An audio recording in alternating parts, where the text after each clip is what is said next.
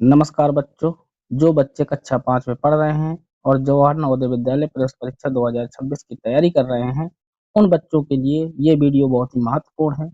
Math के क्वेश्चनों को कम समय में कैसे सॉल्व करें, इस वीडियो में बताया गया है।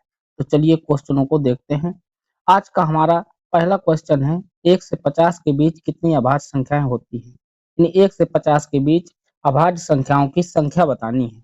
तो अभाज्य संख्याएं होती क्या हैं, सबसे पहले ये जानना जरूरी है। तो ऐसी संख्याएं जो एक और स्वयं के अतिरिक्त अन्य किसी संख्या से विभाजित नहीं होती हैं, उन संख्याओं को अभाज्य संख्याएं कहा जाता है। तो ऐसी कितनी संख्याएं हो जाएंगी, तो चलिए लिखते हैं। पहली संख्या हो जाएगी 2, दूसरी हो जाएगी 3, फिर 5, फिर 7, फिर 11, 13, 17, 19, 23, 29, 31, 37, 41, 43 और 47। तो ये संख्याएं हो गई हमारी अभाज्य संख्याएं, जो 1 से और 50 के बीच में पाई जाती हैं। तो इनको गिन लेते हैं। 1, 2, 3, 4, 5, 6, 7, 8, 9, 10, 11, 12, 13, 14, 15। तो ये कुल संख्याएं 15 हो गई। तो इसका सही ऑप्शन हो जाएगा हमारा ऑप्शन नंबर 1, 15। अब बात करते हैं क्वेश्चन नंबर अगले की। तो अगले क्वेश्चन में कह रहा है सबसे छोटी अभाज्य संख्या क्या है। तो इससे पहले वाले क्वेश्चन में हमने लिखा था सभी अभाज्य संख्याएं 1 से 50 के बीच की। तो सबसे पहले हमने 2 लिखा था, 2 ही सबसे छोटी अभाज्य संख्या होती है। तो इसका सही आंसर हो जाएगा ऑप्शन नंबर तीसरा, यानी 2। अब आप सोच रहे होंगे कि इसमें क्वेश्चन नंबर 31 यानी 31 से शुरू है। तो इस 31 से शुरू होने का रीजन ये है कि इससे पहले 3 वीडियो और डाले जा चुके हैं। प्रत्येक वीडियो में 10 क्वेश्चन सॉल्व किए गए हैं। तो वो 3 वीडियो पहले बताए जा चुके हैं। उसके आगे वाला वीडियो है ये। उन वीडियो को अगर देखना हो तो इसी वीडियो के डिस्क्रिप्शन बॉक्स में उनकी लिंक पड़ी हुई है। आप उनसे उन लिंकों से उन वीडियो को देख सकते हैं। यदि कोई क्वेश्चन समझ में ना आए तो उस क्वेश्चन को आप जो है दोबारा पूछ सकते हैं। तो हमारा क्वेश्चन था सबसे छोटी अभाज्य संख्या क्या है, तो इसका आंसर हो जाएगा 2।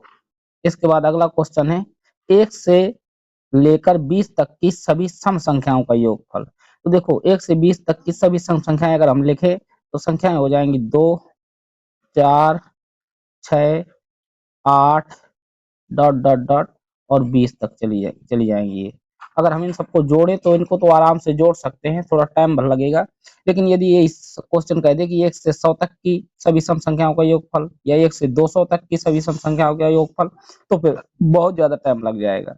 तो ऐसे क्वेश्चन के लिए एक फार्मूला बनाया गया है, n/2, फिर n/2 प्लस 1, ये फार्मूला है। तो इसी फार्मूले पर रख करके हम संख्याओं को आराम से जोड़ सकते हैं। तो हमारा n हो जाएगा इसमें 20, क्योंकि 20 तक की संख्याएं पूछ रहा है, 1 से 20 तक की। तो n की जगह पर हम रख देंगे 20/2, ब्रैकेट में 20/2 प्लस 1। 20 को काट देंगे 2 से तो 10 बार चला जाएगा। इसको काट देंगे तो ये 10 बार चला जाएगा। तो ये आ जाएगा 10 गुणे 11, 11 गुणे 10 करेंगे तो 11 धाम 110। तो हमारा सही आंसर आ जाएगा 110, जो ऑप्शन नंबर 2 में लिखा हुआ है। तो हमारा ऑप्शन नंबर 2 इसका सही आंसर हो जाएगा।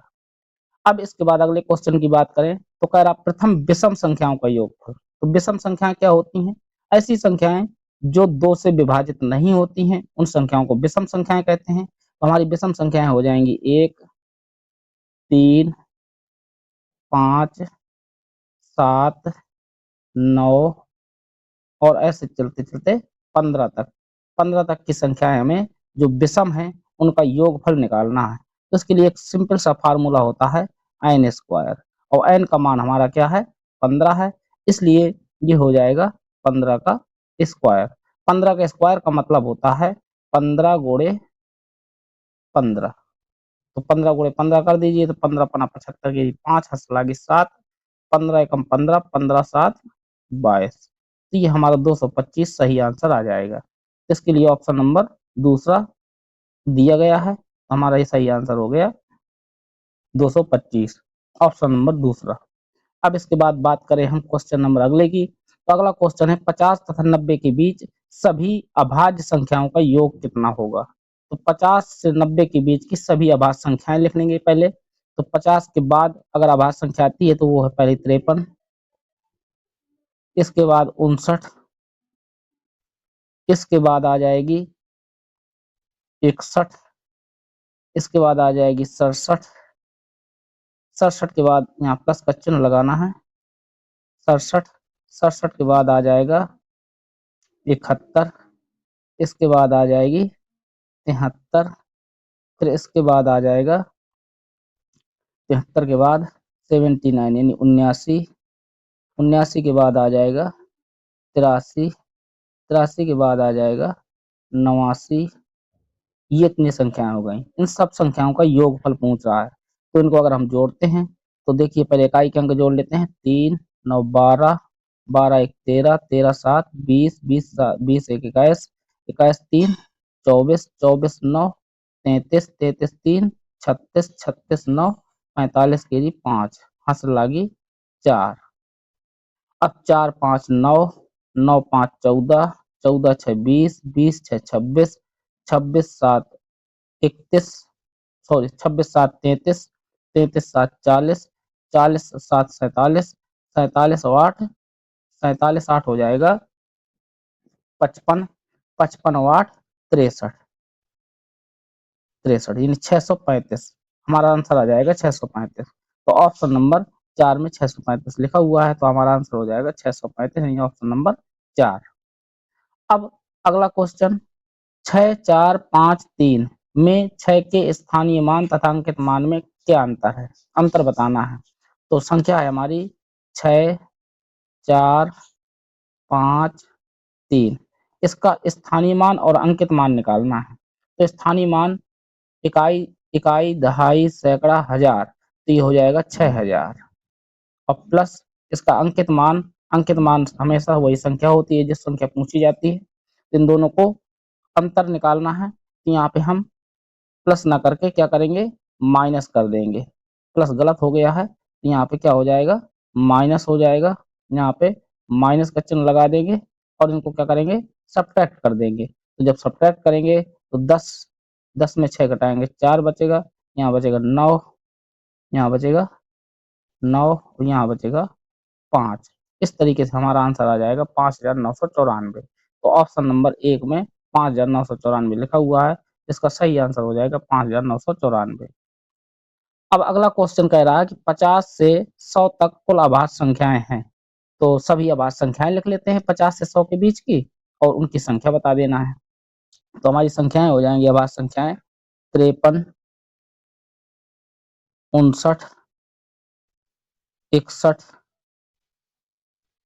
67, 71, 73, 79, 83, 89 और 97। 50 से 100 के बीच की ये आभाज्य संख्याएं हैं, तो इनको गिन लेते हैं 1 2 3 4 5 6 7 8 9 10। तो कितनी हो गई, 10। तो सही इसका आंसर हो जाएगा 10। तो 10 संख्याएं होती हैं 50 से 100 के बीच में अभाज्य संख्याएं। अब इसके बाद अगला क्वेश्चन है 3 अंकों की सबसे छोटी संख्या। यदि 1 अंक की सबसे छोटी संख्या पूछे, हमारे अंक कौन कौन से होते हैं, 1 2 3 4 5 6 7 8 9, ये हमारे अंक हैं।